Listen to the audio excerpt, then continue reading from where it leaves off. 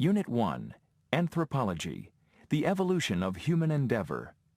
Chapter 1, Anthropology, the Study of Human Beings and Their Creations.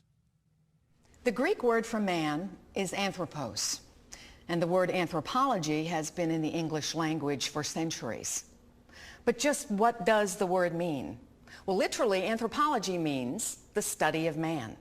However, as British philosopher Alfred North Whitehead noted, it's a well-founded historical generalization that the last thing to be discovered in any science is what the science is really about. And as Paul Bohannon, renowned anthropologist, pointed out a number of years ago, each science that deals with people has its own definitions of human. An economist, he explains, defines a human as a choice-making animal. Philosophers define man as a rationalizing animal. Anthropology attempts to be all-inclusive, the study of human behavior in all places and throughout time. It specializes in the description of humanistic, scientific, biological, historical, psychological, and social views of humans. Now, to paraphrase Barbara Miller's statement in her textbook, Cultural Anthropology, the popular impression of anthropology is based mainly on movies and television shows that depict anthropologists as adventurers and heroes.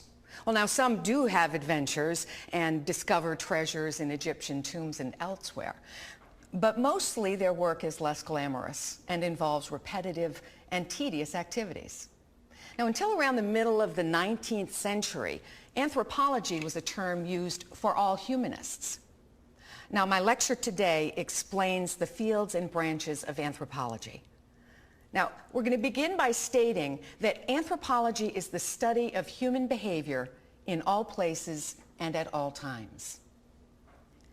Now, Western civilization takes credit for the development of anthropology, which, as a matter of fact, was a relatively late science. Earlier Greek and Roman philosophers were more interested in speculating about the ideal society rather than describing those known to them. Now, after the onset of the Age of Exploration, which included the discovery of the Americas as well as travel to other distant places, the study of non-Western people began in earnest. In modern day, anthropology is a recognized social science with two broad fields and several branches or subfields. Now, the two broad fields are physical anthropology and cultural anthropology. Let me give you a brief description of each. Physical anthropology is concerned with the development of man as a mammal. Related subjects are anatomy, biology, and paleontology. Now, physical anthropologists study the evolution of the human species. And one way they do this is by the comparative analysis of fossils, preserved remnants of once living creatures and living primates, which include human beings or Homo sapiens. Common fossils are shells, bones, and molds or imprints. Now, these are found buried in the earth or permanently frozen in glaciers. Living primates are analyzed in order to study the mechanics of evolution and genetic differences among human populations. Now, let's talk about cultural anthropology. This field is the study of learned behavior in human societies. Now, most cultural anthropologists limit themselves to a few geographic areas. For example, Margaret Mead in Samoa and New Guinea, and Clyde Kluckhohn with the Navajo Indians in the southwestern United States. And I should mention that Kluckhohn's work, Mirror for Man, is considered one of the best introductions to anthropology. Now, cultural anthropology and the scientific study of human culture will be discussed in more detail in our next lecture. The subfields of cultural anthropology are archaeology, linguistics, and ethnography. Archaeology is the study of different cultures through material sources rather than direct interviews or observations of the group under study. One example of a famous archaeological site discovered in the past century was King Tut's tomb near Luxor, Egypt in 1922. Linguistics, as you probably know, is the study of language as communication among humans. Culture is learned and transmitted primarily through language. Ethnography is the systematic description of human societies, mostly based on first-hand fieldwork. Based on ethnographies, anthropologists provide ethnologies or explanations of behavior of different peoples. Now, the second subfield of ethnography is social anthropology. Now, social anthropology is concerned with people as social beings. A related subject, of course, is sociology. Let me also mention briefly psychological anthropology, which deals with human personality and feelings. Now, these are greatly influenced by an individual's biological and mental characteristics, as well as physical surroundings and personal experiences. Related subjects there are psychology and psychiatry. Now, it's important to note that there are several universals common among all societies. For example, the basic similarities in human biology and the existence of two sexes. Another of these is education, either formal or informal or both. Education is necessary to provide the young with the skills and attitudes needed to carry on as adults. So you might ask, what are the practical applications for such a broad field? Well, the answer is that anthropology helps us plan the future and helps us contribute to the solution of human problems. This newest area of the study of man is applied anthropology. Now, formerly, anthropology was limited to the academic field. Anthropologists were teachers or museum curators. But for the past several decades, large numbers of anthro graduates have been employed in fields such as urban planning and administration, healthcare, and international development.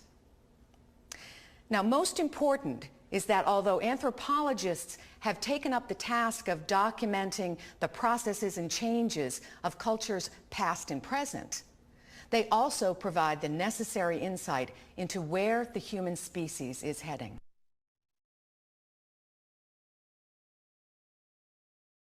Unit 1, Anthropology, the Evolution of Human Endeavor. Chapter 2, The Concept of Culture, Understanding One Another. Let me begin the lecture today by asking, what exactly is culture? Now, this question has been approached by anthropologists in many different ways. Murdoch, for example, in Outline of World Cultures, produced what many have called the ultimate laundry list of things cultural, by naming 900 odd categories of human behavior. I won't attempt to go into these at this time. But another less lengthy list is the famous grocery list of Edward B. Tyler. He wrote, "Culture is that complex whole which includes knowledge, belief, art, morals, custom, and any other capabilities and habits acquired by man as a member of society." Now, another definition of culture that many find useful is the totality of learned socially transmitted behavior. Now, obviously, this definition leaves out much if we feel obligated to include all the ways of life that have been evolved by people in every society. Now, a particular culture, then, would mean the total shared way of life of a given group. This would include their ways of thinking, acting, and feeling, as reflected in their religion, law, language, art, and customs, as well as concrete things such as houses, clothing, and tools. Cultural anthropology is the study of cultures living and dead. In its totality, it includes linguistics, the study of speech forms, archaeology, the study of dead cultures, and ethnology, which is the study of living cultures, or those that can be observed directly. So why study cultural anthropology? Well, one reason noted by Ruth Benedict, another well-known anthropologist, is that the story of humanity from the Stone Age to the present is such a fascinating one of cultural growth. Now, interestingly, every society has gone through 3 stages or steps of cultural growth. These are savagery, barbarism, and finally civilization. The last is, of course, to varying degrees. We're often reminded of another compelling reason to learn about different cultures, to learn and use a foreign language effectively. Now, most of us realize that knowing the language of another culture is not enough for meaningful communication. You can ask anyone who's tried to use their high school Spanish inside a Spanish-speaking country. Now, Ned Seeley, in his 1993 book, Teaching Culture, lists 6 skills to nurture and support intercultural communication. And number 1, cultivate curiosity about another culture and empathy towards its members. 2, recognize that different roles and other social variables such as age, sex, social class, religion, ethnicity, and place of residence affect the way people speak and behave.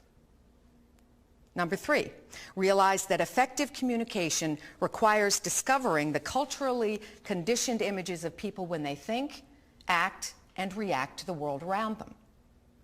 Number 4, recognize that situational variables and conventions shape people's behavior in important ways. Number 5, understand that people generally act the way they do because they're exercising the options their society allows for satisfying basic physical and psychological needs.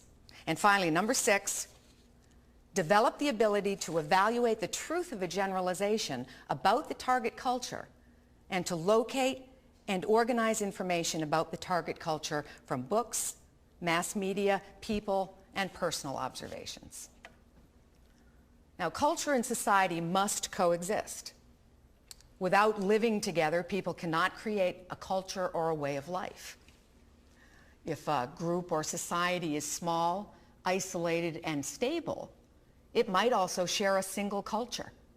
For example, think of the Tassidae, allegedly a Stone Age people in the Philippine rainforest who were discovered by anthropologists back in 1971. A side note is that due to their supposed isolation, they had no weapons or known words in their language for enemy or war. Now, in your reading after the lecture, you'll learn more about the Tassidae and the controversy surrounding them up to the present time. But it's important to remember, however, that large societies such as those in Canada, the United States, India, Egypt, are multicultural or pluralist societies. They also tend to have many subcultures. In the long history of human life, multiculturalism is a fairly recent phenomenon. Those of us in multicultural environments must remember that discovering similarities among people from different cultures is as important as identifying differences. For example, in classrooms on just about every university campus in the world, we find students from many different social and ethnic backgrounds. What are some of the universals that you and other international students have all experienced in your earlier educational life? One common universal is that all cultures use rewards and punishments to encourage correct behavior. Another example is that societies withhold certain information from the young. Now, this might include faults in our leaders or sexual taboos. A third universal is the effort by the controlling group in a culture to educate the young to strengthen and secure its dominant position. In the majority of contemporary societies, this control is reached through political means, and in contrast to military actions of earlier times, such as the Roman conquests and the Moorish invasions. In closing this lecture on societies and culture, let me remind you not to forget the contributions of thoughts and actions of the individual person in a group. Note the observation of Edward Sapir, another famous anthropologist. It is always the individual that really thinks and acts and dreams and revolts. Now, obviously, the concept of culture will be argued by anthropologists for years to come.